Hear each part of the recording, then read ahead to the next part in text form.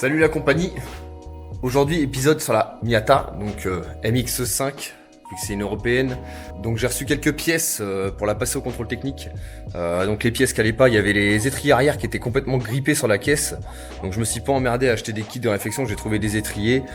J'ai pris directement des étriers neufs, même si vont certainement être changés à l'avenir par des trucs plus performants que l'origine, parce que ça c'est pas ouf quoi pour le projet qu'on doit faire dessus. Donc je vais vous montrer ça tout de suite sur les pièces que je vais changer. Donc voilà, on a reçu des disques neufs parce que ceux arrière ils étaient vraiment trop bouffés, même si je sais qu'il y a que 5 km à faire pour emmener au contrôle technique. Je voulais pas rouler non plus avec un truc qui freine pas du tout, des plaquettes neuves, les étriers neufs et aussi des flexibles parce que j'ai prévu le coup, vu que les flexibles étaient vachement rouillés, je me suis dit je vais prendre des flexibles de rechange au cas où ça casse et de toute façon ce sera pas un mal. Donc voilà, je vais changer toutes ces pièces là.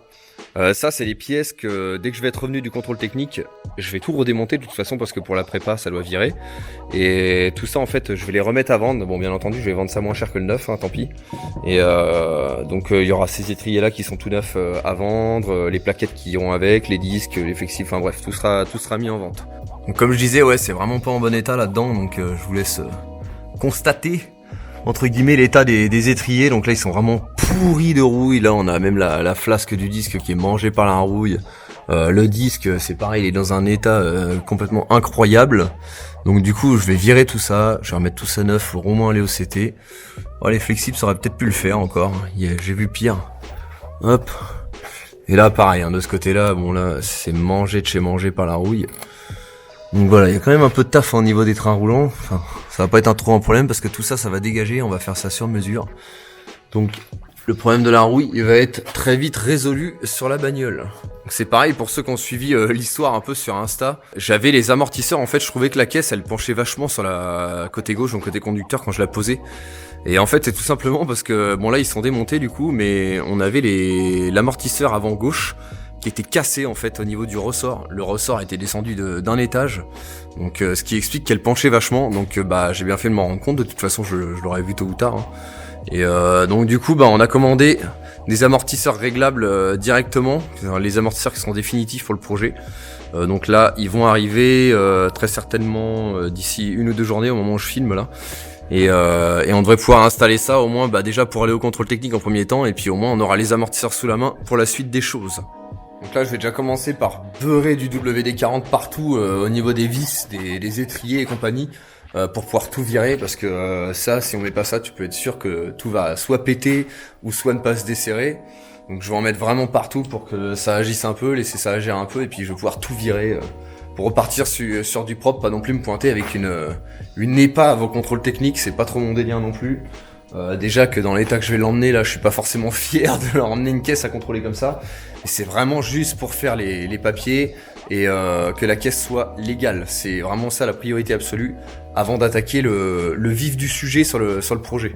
Bon, la bonne nouvelle de ce matin, c'est que j'ai enfin reçu les amortisseurs pour la Mazda, donc les filetés, comme je parlais précédemment là. Donc je vais te montrer ça tout de suite. Ils sont juste là. Donc les voilà. Donc j'ai pas perdu de temps, je les ai déballés direct. Donc ça c'est les filetés de la marque Ten, je sais pas comment tu vas appeler ça. Donc voilà, donc il y a des badges qui sont filés avec les filetés, donc ça c'est plutôt pas mal. Donc des autocollants puis des espèces de badges en métal, donc c'est cool. Ça fait un bon truc en plus. On a une petite lime, je sais pas encore à quoi elle sert, mais à mon avis ça l'est là, c'est pas pour rien. Une molette de réglage pour la dureté des amortisseurs, parce que ceux-là du coup ils sont réglables en hauteur bien entendu et en dureté. Donc ça permet d'améliorer un peu le réglage au niveau du comportement de la caisse. Donc voilà, au niveau des amortisseurs, ça a l'air de super bonne qualité. De toute façon j'en ai eu que du bon au niveau des échos sur ces amortisseurs là, donc je pense que je vais pas être déçu. Le seul truc que je kiffe pas trop au premier abord, c'est les soufflets. Le caoutchouc il est vachement fin en fait, et j'espère qu'il va pas sécher trop vite, donc je vais voir, et j'espère qu'on peut les revoir au détail, parce que ça à mon avis je suis presque sûr qu'ils vont pas faire les 10 000 km les soufflets, donc voilà.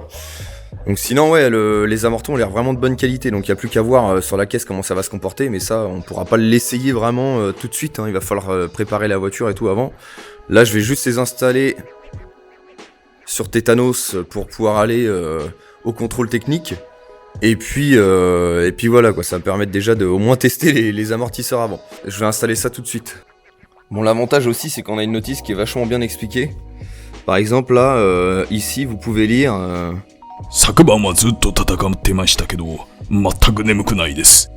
今、朝日が海面から昇って太平洋を赤く染めました。 Donc voilà, c'est ça qui est vraiment super bien foutu avec ces amortisseurs quoi. Donc du coup, je viens de regarder là pour le montage des amortisseurs. Donc je viens de comprendre pourquoi il y a une lime de fourni avec les amortos. Je vais t'expliquer tout de suite.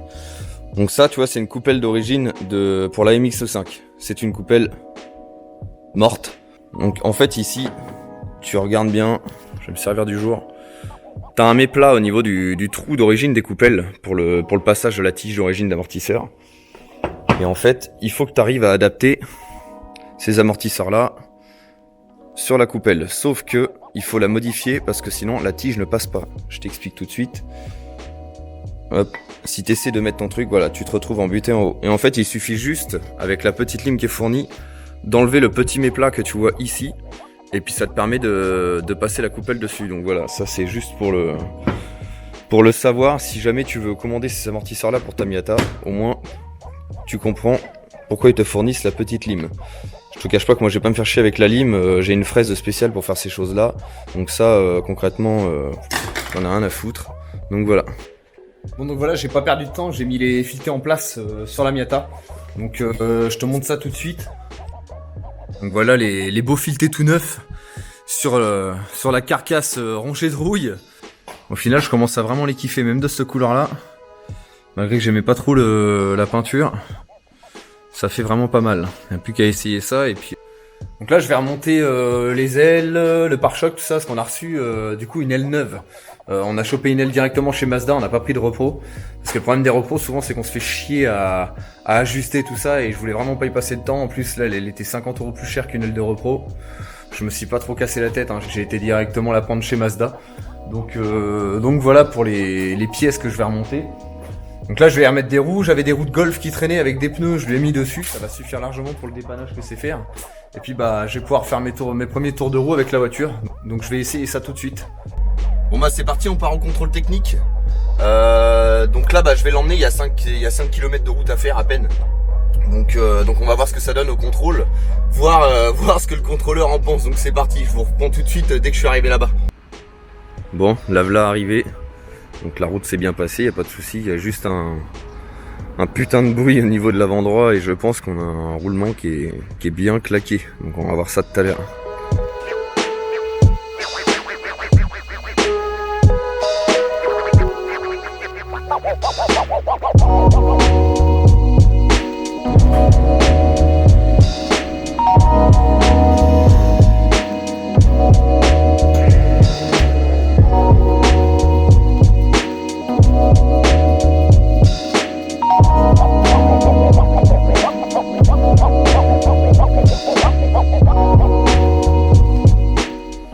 Bon donc voilà, vient de passer le CT.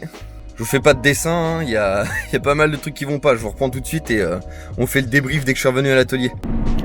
Bon je sais pas si vous allez entendre vous sur la vidéo, mais à l'avant-droit on a un putain de bruit. C'est assez énervé quand même. Je pense que c'est un roulement qui claque, c'est un truc que j'ai pas vérifié. À mon avis il y a un roulement qui est vraiment mort. Quelque part on s'en fout parce que de toute façon tout va être changé sur la voiture, absolument tout. Donc c'est vraiment pas un souci. Sinon par contre niveau feeling de conduite, pour rouler là sur la route avec c'est vraiment cool. Je sens bien que ça vire à plat, c'est la première fois que je roule avec ce type de caisse là. Donc je sens que je vais vraiment bien m'amuser avec cette bagnole. Donc vous m'excusez pour l'exposition mais là ça va pas faire la mise au point. Donc ouais le ressenti il est vraiment cool, on est vraiment à ras du sol, pourtant il n'est pas encore complètement rabaissé. J'ai hâte de pouvoir commencer ce projet là et de faire les premiers tours de roue avec la caisse refaite et saine. Bon du coup je vous fais le listing de tout ce qui a été répertorié au contrôle. Donc on a conduite rigide des freins, en fait elles sont complètement mortes, performance frein de stationnement, tout ça ça marchait très mal. Donc moi j'avais pas réglé les caps des freins à main quand j'avais changé les étriers arrière, orientation des feux, indicateur de vitesse, enfin bref. je vous laisse un peu faire l'état des choses. Ripage, hein, on va pas s'étonner de savoir pourquoi avec le triangle qui était complètement mort. Voilà, c'est un peu normal. Donc là, on a état général du châssis. Alors ça, c'est le seul truc que j'ai regardé. On a déformation mineure d'un longeron ou d'une traverse. Je sais pas si vous vous rappelez dans la première vidéo que j'avais fait sur la voiture. On avait les longerons en fait qui courent le long de la voiture, enfin les renforts qui sont sous le dessous, qui étaient légèrement déformés. Et en fait, c'est parce que la voiture, elle a dû tellement prendre des dodanes et elle était tellement basse que ça les a tout simplement frottés. Donc ça, c'est normal qu'il ait marqué ça. Porte et poignée de porte, bon en même temps il n'y a rien qui marche. Donc voilà, siège absent. Donc voilà en gros pour le listing de tout ce qui allait pas sur la voiture. Donc mine de rien, bah quand même je trouve que ça va. En fait je m'attendais vraiment à beaucoup plus de choses notifiées sur le contrôle.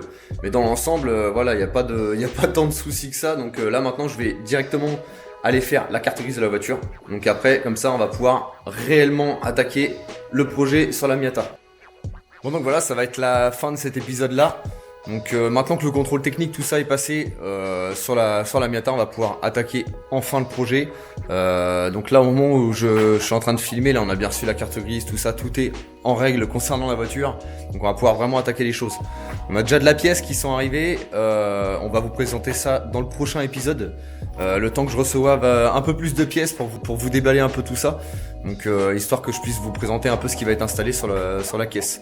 Donc voilà, surtout n'oubliez pas de vous abonner à la chaîne, c'est hyper important pour le référencement, tout ça aussi, de laisser un j'aime, ça fait toujours kiffer et puis ça permet voilà d'améliorer le référencement des vidéos. Donc si on veut que ça se développe tout ça, puis pouvoir partager le plus de choses possible, c'est nécessaire. Donc voilà.